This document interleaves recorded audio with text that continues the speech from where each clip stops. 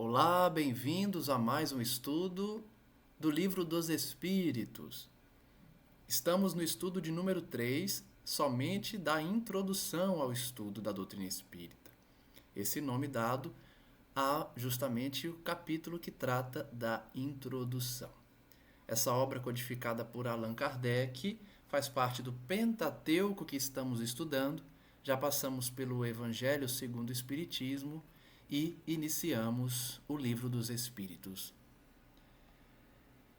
Esse livro trata principalmente dos fundamentos da doutrina espírita e, por meio das perguntas e respostas feitas à espiritualidade, nós vamos compreendendo a realidade espiritual e o raciocínio de Kardec para explicar as leis divinas, os fundamentos da doutrina e como o nosso futuro é definido por nossas próprias atitudes nesta encarnação. Nos últimos 2 estudos, os primeiros da série do Livro dos Espíritos, nós vimos os argumentos de Kardec sobre a alma, definição e conceito de alma, as visões das religiões diversas sobre esse tema e também as críticas feitas pelos detratores da doutrina que criticam e duvidam da existência dos espíritos apenas porque não conseguem compreender as leis divinas em sua totalidade. Por isso, simplesmente negam. Nós vimos então toda a argumentação de Kardec para demonstrar esse equívoco e também para apontar os principais erros daqueles que não creem apenas porque negam, sem qualquer fundamento ou explicação racional. Nós vimos que a racionalidade é uma característica do próprio Kardec, que sempre traz exemplos práticos e, principalmente, constrói o raciocínio de forma lógica, demonstrando, por meio das mensagens recebidas e das comprovações dos fenômenos mediúnicos, a existência do mundo dos espíritos e como eles podem nos contatar por meio dos médiuns e por meio dos fenômenos também. O estudo de hoje vai se iniciar a partir do capítulo 4 da introdução. Na verdade, o item 4 da introdução. Nós já vimos os 3 primeiros itens em que Kardec está falando dos fenômenos, das mesas girantes, e que ele, como investigador, buscou entender o que estava acontecendo, ao invés de simplesmente duvidar ou colocar o fenômeno como algo ridículo, como algo de fantasia. Ele então continua o raciocínio dizendo: se os fenômenos com que nos estamos ocupando houvessem ficado restritos aos movimentos dos objetos, teriam permanecido, como dissemos, no domínio das ciências físicas. Então, quem assistiu os últimos estudos vai se lembrar que Kardec fala primeiro do fenômeno físico, regido por leis ainda não compreendidas em sua totalidade, porque mesas pesadas estavam flutuando e girando no ar, mas que esse fato não era fantasioso, e sim era algo da lei que ainda a ciência não havia compreendido e por isso taxava como algo fantasioso. Mas ele está explicando: se esses fenômenos tivessem ficado apenas nesse movimento dos objetos, não sairia da ciência física. Não abordaria, portanto, os temas morais que nós vemos no Espiritismo. Assim, entretanto, não sucedeu. Estava-lhes reservado colocar-nos na pista de fatos de ordem singular. Por quê? Porque as mesas começaram a responder perguntas. E aí, quando eu digo as mesas respondiam, não era propriamente a mesa, porque a mesa não pensa. E justamente esse raciocínio vai ser construído por Kardec. Mesa, cadeira, não é um ser vivo, não é um ser pensante. Logo, não pode ser a mesa a responder às perguntas. Ele foi então construindo, investigando e verificando que, na verdade, espíritos de pessoas já desencarnadas que viveram na Terra estavam respondendo às perguntas. Portanto, o movimento das mesas, o fenômeno das chamadas mesas girantes eram pistas. Pistas para fatos que iriam surgir logo depois. Acreditaram haver descoberto, não sabemos pela iniciativa de quem, que a impulsão dada aos objetos não era apenas o resultado de uma força mecânica cega. Então vejam como eles descobriram que havia algo por detrás do fenômeno. Primeira impressão que levou eles ao raciocínio de que havia algo de inteligente por trás. Eles perceberam que a impulsão dada não era uma força cega, uma força mecânica que ao acaso movimentava a mesa. Não, eles perceberam que era uma força inteligente. Havia nesse movimento a intervenção de uma causa inteligente. Uma vez aberto, esse caminho conduziu a um campo totalmente novo de observações. Claro, né? Se você está investigando algo e percebe que existe uma causa inteligente, surge um campo imenso para investigações. De sobre muitos mistérios se erguia o véu. Haverá, como efeito, no caso, uma potência inteligente? Perguntaram. Tal a questão. Se essa potência existe, qual é ela? Qual a sua natureza? A sua origem? Encontra-se acima da humanidade? Eis outras questões que decorrem da anterior. Então, por isso que o Livro dos Espíritos é um livro de perguntas. Porque a investigação de Kardec foi levando a inúmeras perguntas, incessantes questões, desde o fenômeno inicial até ao fenômeno mediúnico em que espíritos de escol se comunicavam com Kardec, trazendo então questões filosóficas elevadas, complexas, questões da ciência, da física, da matemática, da biologia. Tudo então se resumiu a perguntas e mais perguntas respondidas pela espiritualidade, começando, portanto, pela pergunta da origem da força inteligente que movia as mesas. As primeiras manifestações inteligentes se produziram por meio de mesas que se levantavam e com um dos pés davam certo número de pancadas, respondendo desse modo sim ou não, conforme for convencionado a uma pergunta feita. Então, primeiro as mesas giraram, se movimentaram, faziam barulho. Depois o fenômeno progrediu para respostas inteligentes, sim ou não. E aí os detratores, os críticos vão dizer que os movimentos eram forçados, criados pelos médiuns, que havia toda uma questão psicológica entre os frequentadores da reunião e os médiuns para dizer que havia telepatia, que havia transmissão de pensamento. Ainda que fosse só isso, seria algo já extraordinário, né? A telepatia funcionando dessa forma, mas não era. Não era apenas telepatia, não era a ação dos médiuns, e sim dos espíritos, que respondiam sim ou não no início das manifestações inteligentes. Até aí nada de convincente havia para os céticos, porquanto bem podiam crer que tudo fosse obra do acaso. Então, além de acusar os médiuns e os frequentadores da reunião de enganadores, prestidigitadores, né? Que era o adjetivo que eles direcionavam para os médiuns e estudiosos, eles diziam que era obra do acaso. Não existe uma força inteligente dizendo sim ou não. As batidas são aleatórias. Vamos ver. Obtiveram-se depois respostas mais desenvolvidas com auxílio das letras do alfabeto. Então, evoluiu do sim ou não para letras do alfabeto, dando o móvel o número de pancadas correspondente ao número de ordem de cada letra.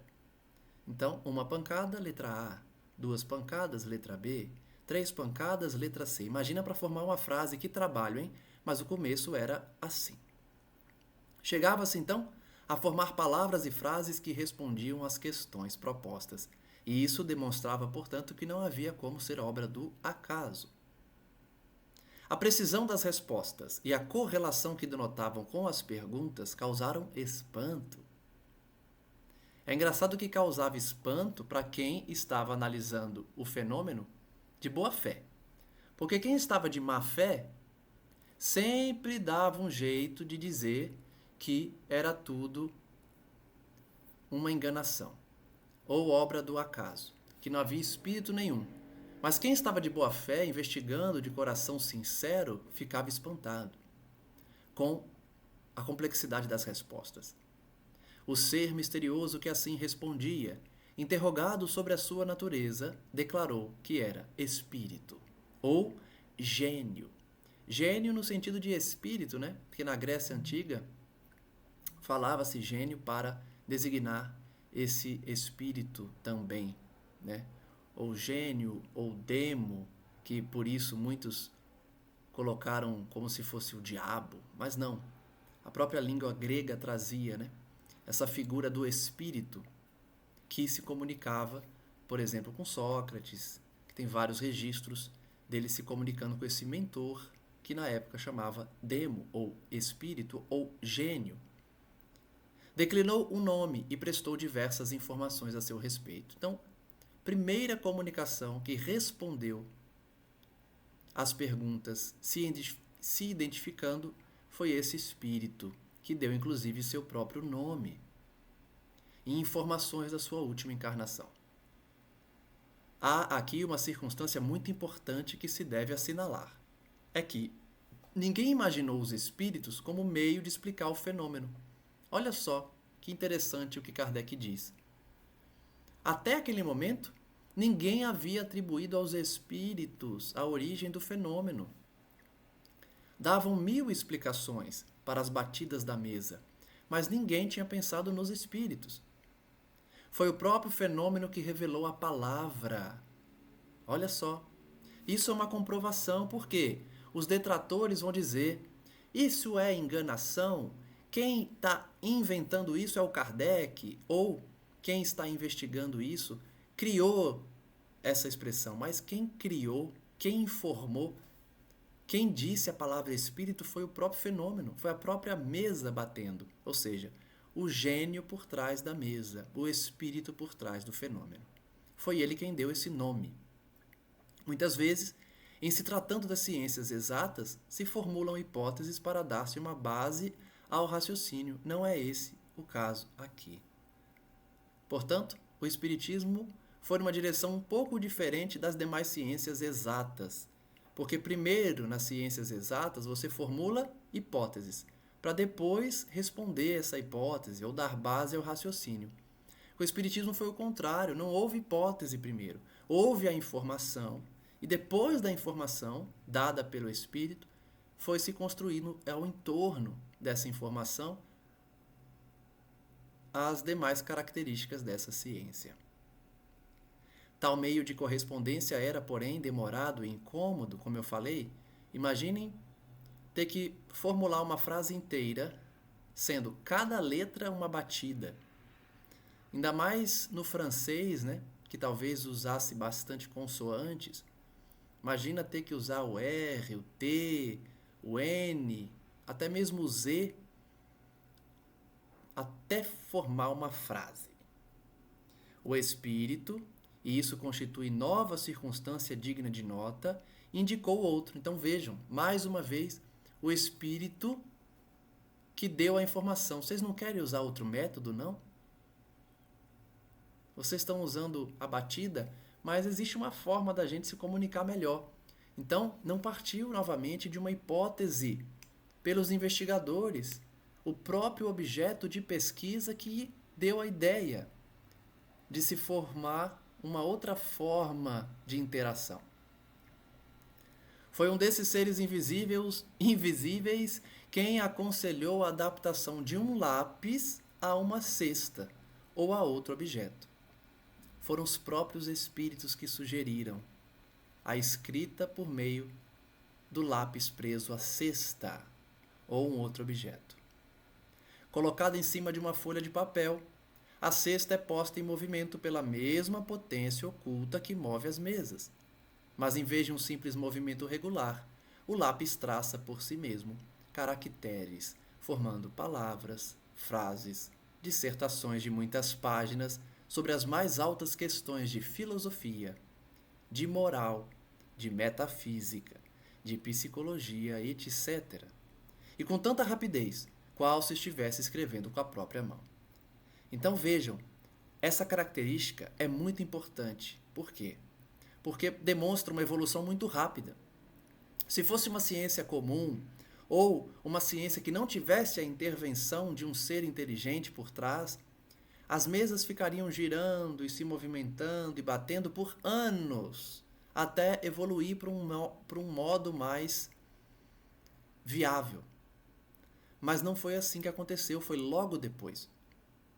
Então, do movimento das mesas, o próprio espírito sugeriu a batida e logo depois sugeriu o lápis na cesta ou em outro objeto, formando então frases completas sobre temas profundos e complexos.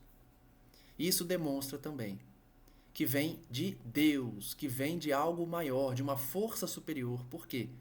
Muito rápida a evolução. Muito rápida a forma de se lidar com o fenômeno e de se aprimorar o modo de se comunicar com os espíritos. O conselho foi dado simultaneamente na América, na França e em diversos outros países. Outra característica de que a mensagem é legítima. A mesma mensagem foi dada em vários locais do mundo, em vários países, na América do Norte, na França e em diversos outros. Eis em que termos o deram em Paris, em 10 de junho de 1853, a um dos mais fervorosos adeptos da doutrina, e que havia muitos anos, desde 1849, se ocupava com a evocação dos espíritos. Então, Kardec vai nos falar como foi em Paris. O espírito disse: vai buscar no aposento ao lado a cestinha, amarra-lhe um lápis, coloca sobre o papel, põe-lhe os teus dedos sobre a borda. Olha que simples, gente. Olha que simples. Mas os investigadores daquela época não tinham conhecimento. Quando você não tem conhecimento, é tudo difícil e complexo. Depois que você recebe a informação, você vê, nossa, como era simples. E o espírito orientou passo a passo para formar um objeto mais propício para a comunicação. Alguns instantes após, a cesta entrou a mover-se e o lápis escreveu, muito legível, esta frase: proíbo expressamente que transmitas a quem quer que seja o que acabo de dizer. Da primeira vez que escrever, escreverei melhor. Olha que mensagem interessante, né? Ele proíbe algo, proíbe que se divulgue essa forma de comunicação e diz que escreverá melhor na primeira vez. O objeto a que se adapta o lápis, não passando de mero instrumento, completamente indiferentes são a natureza e a forma que tem. Então, Kardec está explicando que não importa que tipo de cesta é, não importa até mesmo que seja outro objeto que não uma cesta. O que importa é a energia vinculada à atividade e a presença de um médium para poder doar o ectoplasma, o fluido necessário para o movimento do lápis, utilizando-se, portanto, da força, da vontade do espírito comunicante. Daí o haver se procurado dar-lhe a disposição mais cômoda. Ou seja, não importava que forma tinha a cesta. O que importava era a forma mais cômoda de se comunicar. Assim é que muita gente se serve de uma prancheta pequena. Então não importa muito o jeito de se colocar o lápis. A cesta ou a prancheta só podem ser postas em movimento debaixo da influência de certas pessoas, dotadas para isso de um poder especial, as quais se designam pelo nome de médiums, acabei de falar. Isto é, meios ou intermediários entre os espíritos e os homens. Por isso que a figura que eu coloquei como banner do nosso vídeo, desse estudo, é o contato da divindade com o homem, Porque essa parte introdutória vai trazer justamente a comunicação com os espíritos. Como se deu essa comunicação, como se evoluiu. Cada capítulo desse livro eu vou fazer uma imagem específica como fundo do banner do vídeo para facilitar também a compreensão do objeto de estudo. Portanto, as comunicações somente eram proporcionadas pelos médiuns, pela presença destes e, logicamente, dos espíritos, porque sem espíritos não há utilidade o médium, porque o médium é um intermediário entre espíritos e encarnados, espíritos desencarnados e espíritos encarnados, para facilitar espíritos e homens, homens aí no sentido de pessoas encarnadas, porque todos somos espíritos, né? A diferença é que estamos encarnados, enquanto que os espíritos desencarnados se comunicam conosco por meio dos médiuns. As condições que dão esse poder resultam de causas, ao mesmo tempo físicas e morais, e é por isso que os detratores do espiritismo não conseguem reproduzir o fenômeno em laboratório ou em qualquer lugar que eles desejem, porque o fenômeno depende de vários fatores, de várias causas, físicas e morais. Então, o primeiro pensamento cético de alguém que está ali somente para desvendar algo, a fim de ganhar fama, a fim de destruir a carreira de alguém, já atrapalha o fenômeno e já impede a sua ocorrência. Então, muitos dos que criticavam o espiritismo, porque o fenômeno não se repetia em suas casas, não se repetia no seu laboratório, é porque o fenômeno depende de causas físicas e morais. Já falamos disso, né, nos últimos estudos. Causas essas ainda imperfeitamente conhecidas, porque há médiuns de todas as idades, de ambos os sexos e em todos os graus de desenvolvimento intelectual. Então Kardec está dizendo que as causas não são tão conhecidas porque estava no início do fenômeno. Hoje, nós podemos sim afirmar quais são as causas necessárias, quais são os parâmetros necessários para uma comunicação mediúnica. Sempre dependerá do telefone que toca de lá para cá, do plano espiritual para o plano material. Porém, nós temos todo o direcionamento dos espíritos para realizar uma reunião em que o médium pode sim trazer a mensagem de um espírito. Mas as causas eram conhecidas ainda de forma imperfeita, já que os médiuns são de todas as idades, de ambos os sexos e de vários graus de desenvolvimento intelectual. Pessoa muito desenvolvida no intelecto, outras nem tanto, mas que funcionam como médiuns perfeitamente. É, todavia, uma faculdade que se desenvolve pelo exercício. Olha que informação interessante como última frase desse item. A mediunidade é uma faculdade que se desenvolve pelo exercício. Olha a importância do médium exercitar a mediunidade para poder desenvolvê-la. Trabalhar. Eu sempre falo para os médiuns, conhecidos meus, né? Mediunidade significa oportunidade de trabalho. O médium precisa trabalhar, senão está perdendo tempo e uma oportunidade valiosa pela faculdade que recebeu. Continuemos. No item 5. Kardec vai continuar contando essa história para nós. Reconheceu-se mais tarde que a cesta e a prancheta não eram realmente mais do que um apêndice da mão. Apêndice da mão. Então vejam como evoluiu rápido, né? Lá da mesa girando, para a mesa batendo, para a cestinha de vime, para a própria mão do médium. Percebeu-se com o tempo que a cesta era só um apêndice. A mão que dava essa energia por meio do contato do fluido do médium. O médium, tomando diretamente do lápis, se pôs a escrever por um impulso involuntário, quase febril.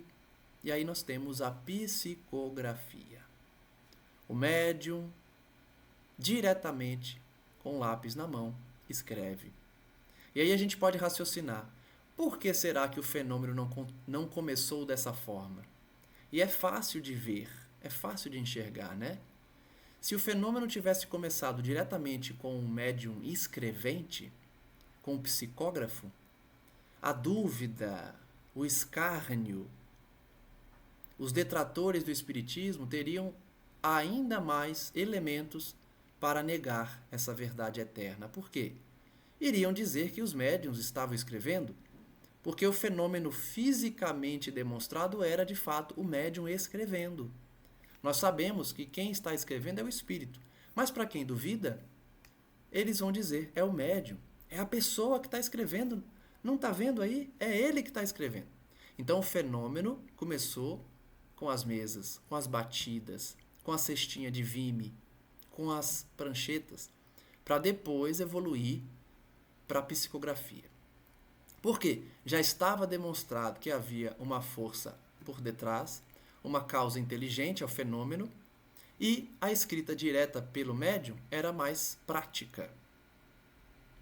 Por isso não começou diretamente, na minha opinião. O fenômeno não se iniciou diretamente com a mão dos médiuns, através da escrita direta, da psicografia, né? Dessa maneira, as comunicações se tornaram mais rápidas, mais fáceis e mais completas. Hoje é esse o meio geralmente empregado, e com tanto mais razão quanto o número das pessoas dotadas dessa aptidão é muito considerável e cresce todos os dias. Então vejam, eu já comentei isso aqui. Na época de Kardec, havia muito mais médiuns psicógrafos, né? Hoje a gente consegue ver uma realidade um pouquinho diferente. Ainda tem, né, claro, a psicografia, mas a psicofonia hoje, na minha opinião, é mais presente nas casas espíritas, né?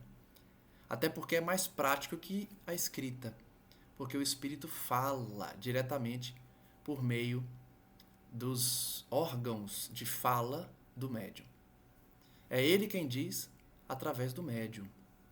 Então a psicofonia, na minha opinião, estaria mais presente nas casas espíritas, nos terreiros, nos locais em que se realiza a comunicação mediúnica, né? Mas, logicamente, a psicografia também está presente. Mas na época de Kardec, geralmente a psicografia era a que mais crescia e era mais frequente. Finalmente, a experiência deu a conhecer muitas outras variedades da faculdade mediadora, ou seja, vários tipos de mediunidade, vindo-se a saber que as comunicações podiam igualmente ser transmitidas pela palavra, pela audição, clareaudiência, né? Pela visão, clarividência, pelo tato e até pela escrita direta, ou seja, sem as mãos dos médiuns, o espírito escrevia diretamente com o lápis no papel, que é mais raro, né? Sem o concurso da mão do médium, nem do lápis. O espírito não precisava nem do lápis. Vários fenômenos foram de escrita direta. Colocavam um papel dentro de uma gaveta trancada, amarrada com cadeado, num quarto trancado, dentro de uma jaula. Fizeram todo tipo de experiência, né? E aí, quando retiravam, estava escrito no papel. Aí muita gente dizia, é tinta invisível, que se revela depois de um tempo. Mas fizeram todos os testes. O papel era utilizado, era arranjado pela própria pessoa que duvidava. Ela conseguia o papel, ela trancava tudo. E depois via-se um fenômeno de escrita direta no papel. Pelo espírito, sem lápis, sem nada. Ele escrevia por quê? Manipulava, né? A tinta pelo conhecimento que detém. Então, vários tipos de mediunidade foram se revelando. Obtido o fato, restava comprovar um ponto essencial: o papel do médium nas respostas e a parte que mecanicamente e moralmente pode ter nelas. Então vejam como Kardec é inteligente, né? Ele, depois de comprovar a existência dos espíritos, depois de verificar que havia uma força inteligente e que essa força podia comunicar-se de várias formas, ele decide estudar o fenômeno anímico. O que é o animismo? é a influência do médium na comunicação. É a contribuição que o médium traz para o fenômeno mediúnico. E esse tema é muito importante, porque como o Espiritismo evoluiu, porque tudo evolui, a gente consegue afirmar que hoje o médium participa bastante da comunicação porque tem mais conhecimento. E muitas vezes está sintonizado com a espiritualidade superior durante a sua vida inteira. Então ele é um instrumento perfeito para a comunicação. Por isso ele participa mais. Porque já é um espírito que tem uma bagagem, tem conhecimento. Então a comunicação acaba sendo uma parceria. Tanto o médium quanto o espírito contribuem. E é comum a gente ver os centros, os presidentes, os dirigentes preocupados que os médiums não contribuam.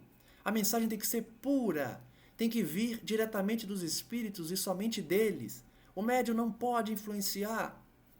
Hoje a gente tem que ter uma visão mais serena, porque os médiuns têm conhecimento, os médiuns têm um coração, muitas vezes, que pode contribuir para aquela mensagem.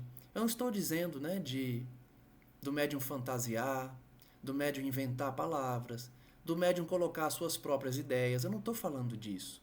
Eu estou dizendo que hoje o fenômeno tem muito também da participação do médium no sentido de estar consciente. Antigamente era mais comum a mediunidade inconsciente, o médium não se lembrava de nada. Hoje a mais comum é a mediunidade consciente. O médium vê o que está acontecendo, escuta a mensagem, muitas vezes escuta a mensagem e fala para a pessoa no atendimento fraterno. Então, a gente tem que tomar muito cuidado com isso também, para evitar que as reuniões mediúnicas, e principalmente os grupos mediúnicos, se acabem, se dissolvam por conta de uma cobrança excessiva dos dirigentes para extirpar o fenômeno anímico. Nós não devemos enxergar o animismo como algo que contamina a mensagem, como algo parecido com uma doença contagiosa. Não. O fenômeno anímico é natural, faz parte. Eu sempre costumo lembrar de uma informação de um palestrante, não sei se foi Divaldo Franco, se foi Haroldo Dutra, mas que um deles disse que o próprio Chico tinha também um pouco de animismo nas suas comunicações. E olha que Chico Xavier é um médium perfeito. Então tem um caso famoso em que uma mãe cospe, aliás, ela dá um tapa no Chico, Eu não lembro bem se ela cospe ou se ela dá um tapa no Chico. Mas ela agride o Chico Xavier porque na cartinha que ele psicografou, o espírito do filho daquela moça chama ela de mãezinha. E ela então agride o Chico, acusando ele de ter mentido, de ter enganado, porque o filho dela nunca chamou ela de mãezinha. Ele então pede desculpa para ela e pede para ela devolver a carta, que ele ia fazer uma nova mensagem do filho dela. E ele então, realmente, o filho se aproxima novamente e dá uma outra mensagem. Depois é explicado que é um pouco do animismo de Chico que fez ele escrever mãezinha, pelo amor que ele sente, porque ele tinha esse costume de chamar a mãe de mãezinha, de se referir às mães como mãezinhas. Então, sim, é um detalhe que essa mãe desequilibrada não era para ter agredido o Chico, lógico, e poderia ter continuado a ler para identificar o filho no restante da mensagem. Não é porque uma palavra veio diferente que você vai eliminar a mensagem por completo. Especialmente de um médium como o Chico, Mas o que eu queria dizer é justamente para a gente evitar uma perseguição ao fenômeno anímico. Kardec, portanto, resolveu estudar a contribuição, o papel do médium nessas comunicações. Duas circunstâncias capitais que não escapariam a um observador atento tornam possível resolver-se a questão. Então ele está dizendo que a contribuição do médium se resolve por duas formas. A primeira consiste no modo por que a cesta se move sob a influência do médium, apenas lhe impondo este os dedos sobre os bordos. O exame do fato demonstra a impossibilidade de um médium imprimir uma direção qualquer ao movimento daquele objeto. Então, para quem dizia na época que era um médium escrevendo, Kardec explica, olha, não tem como ser um médium, porque ele só bota a mão em cima da cesta e a cesta se move sem ele controlar, tá? Isso em relação à comunicação pela cestinha. Essa impossibilidade se patenteia, sobretudo, quando 2 ou 3 pessoas colocam juntamente as mãos sobre as cestas. Então, se isso já é quase impossível com uma mão, imagine com 3 mãos, 3 médiums diferentes, né? Então, fica demonstrado aí que não há participação do médium nesse fenômeno. Fora preciso, entre elas, uma concordância verdadeiramente fenomenal de movimentos.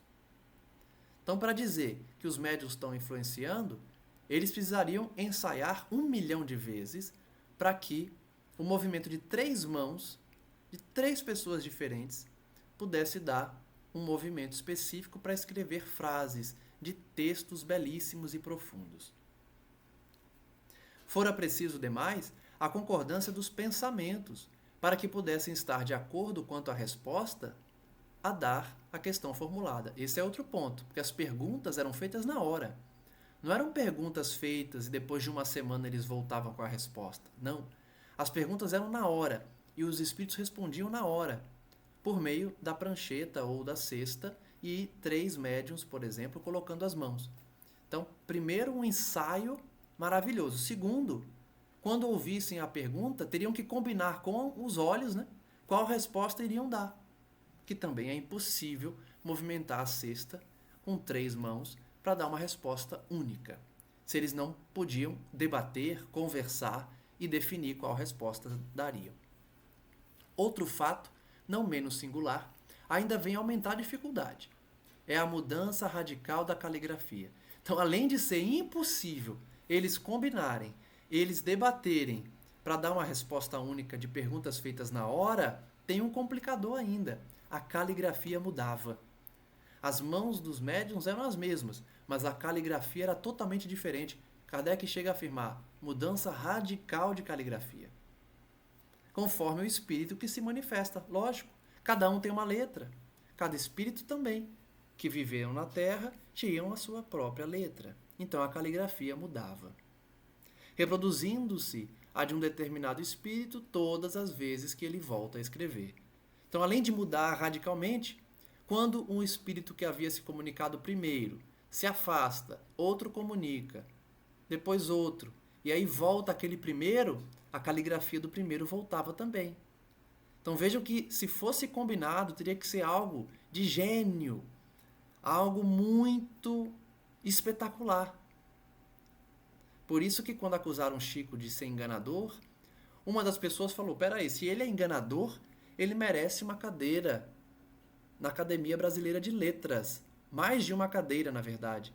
Porque se ele estava enganando, ele conseguia imitar os estilos de 10 poetas diferentes. Muito mais do que 10, né? Todos os poetas do Parnásulo de Além Túmulo, ele conseguiria imitar de forma perfeita. Se ele era um enganador, precisava ser homenageado pela capacidade que tinha. A gente sabe que não era enganador coisa alguma, eram os espíritos dos poetas falecidos. Então, esse complicador demonstra, mais uma vez, que não havia influência dos médiuns. Fora necessário, pois, que o médium se houvesse exercitado em dar a sua própria caligrafia, 20 formas diferentes. E, principalmente, que pudesse lembrar-se da que corresponde a tal ou tal espírito. Então, além de todos esses complicadores, o médium ia ter que memorizar a sua própria caligrafia, treinar mais de 20 outras e, além disso, associar cada caligrafia a cada espírito comunicante. Essa é a primeira circunstância para se afastar a contribuição dos médiuns, a participação dos médiuns na mensagem.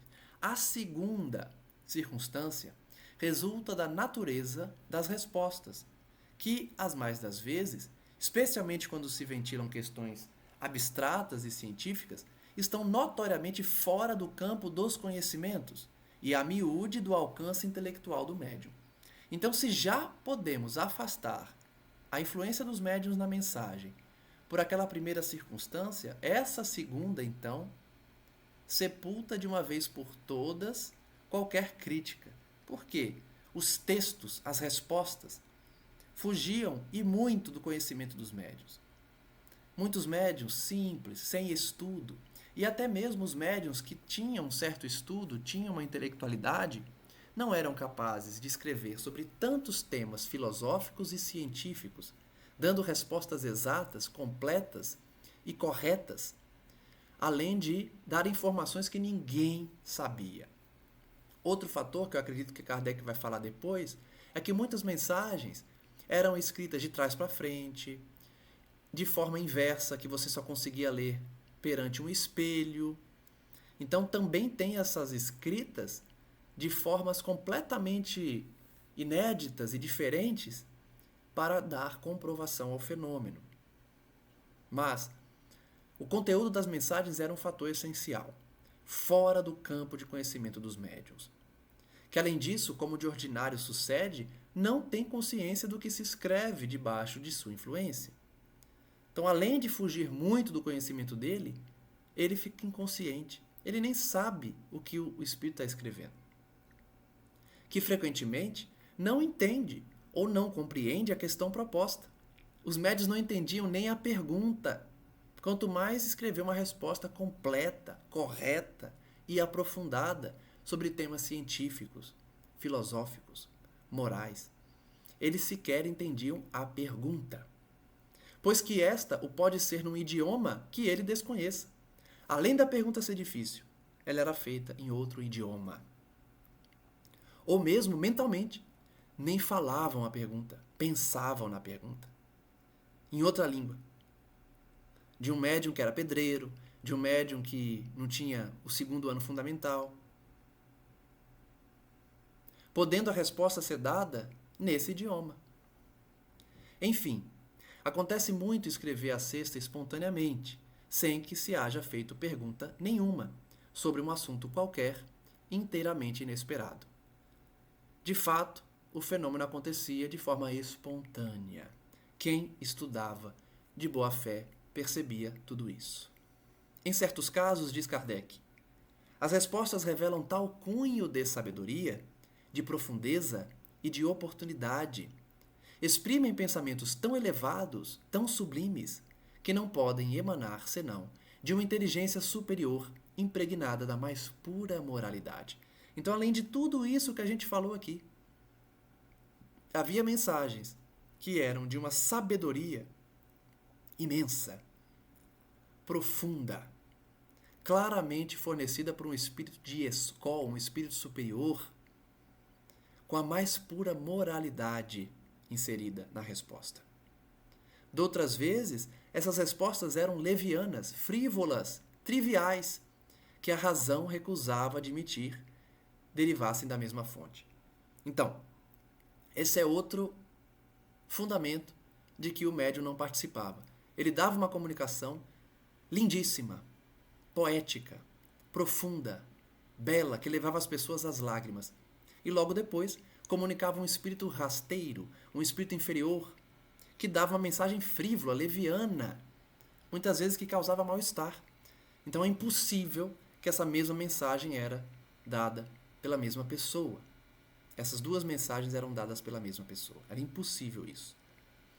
Pela natureza da mensagem, pelo conteúdo da mensagem. Tal diversidade de linguagem não se pode explicar senão pela diversidade das inteligências que se manifestam. É a única explicação razoável, né? Haviam inteligências diferentes dando as mensagens. E essas inteligências estão na humanidade ou fora da humanidade? Pergunta Kardec. Este é o ponto a esclarecer-se, e cuja explicação se encontrará completa nesta obra, Livro dos Espíritos, como a deram os próprios Espíritos. Então Kardec já está dando um spoiler de que a própria obra vai responder essa pergunta. Essas inteligências que deram as respostas são da humanidade ou fora da humanidade? A gente vai ver. Eis, pois, efeitos patentes que se produzem fora do círculo habitual das nossas observações. Que não ocorrem misteriosamente, mas, ao contrário, à luz meridiana, que toda a gente pode ver e comprovar. Que não constituem privilégio de um único indivíduo e que milhares de pessoas repetem todos os dias. Então, Kardec está concluindo que todas as mensagens estudadas e colocadas na obra se produziram fora do campo de observações, ou seja, sem controle nenhum deles, de forma espontânea, que não foram misteriosas, mas sim à luz do dia, muitas vezes a luz elétrica também, que todo mundo podia ver e comprovar. E não era privilégio de ninguém, acontecia em vários países e em várias classes sociais, já que a mediunidade não vê de qual classe o médium pertence. Esses efeitos têm necessariamente uma causa, e do momento que denotam a ação de uma inteligência e de uma vontade, saem do domínio puramente físico. Por isso, o fenômeno avançou, saiu do plano físico para o plano moral. Por quê? Era uma mensagem de uma entidade inteligente, de um ser inteligente, que falava de temas complexos, morais e filosóficos. Muitas teorias foram engendradas a este respeito. Examiná-las-emos dentro em pouco, e veremos se são capazes de oferecer explicação de todos os fatos que se observam. Kardec está demonstrando que, durante a obra, ele vai trazer todas as teorias que buscaram explicar os fenômenos sem a ótica espírita. Teorias que pretendiam e pretendem dizer que o fenômeno é obra do acaso, ou que é fruto de uma alucinação coletiva, ou que é fruto do desequilíbrio do médium e daqueles que estão na reunião.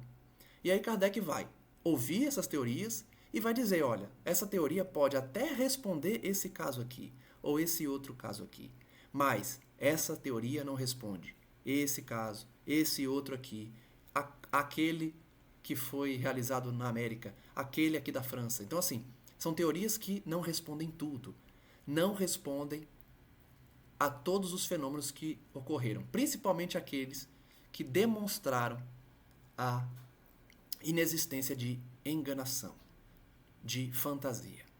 Mas tudo isso será tratado na obra. Admitamos, enquanto não chegamos até lá, a existência de seres distintos dos humanos, pois que esta é a explicação ministrada pelas inteligências que se manifestam. E vejamos o que eles nos dizem. Então Kardec só pede ao final que as pessoas reconheçam que existem outros seres, além dos encarnados. São seres humanos também, mas que não têm mais o corpo físico e por isso estão no mundo espiritual. Kardec pede que essa seja a primeira conclusão da obra.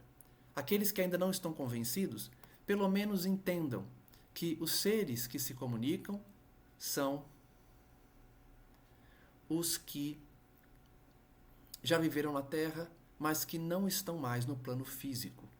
E vejamos o que eles nos dizem.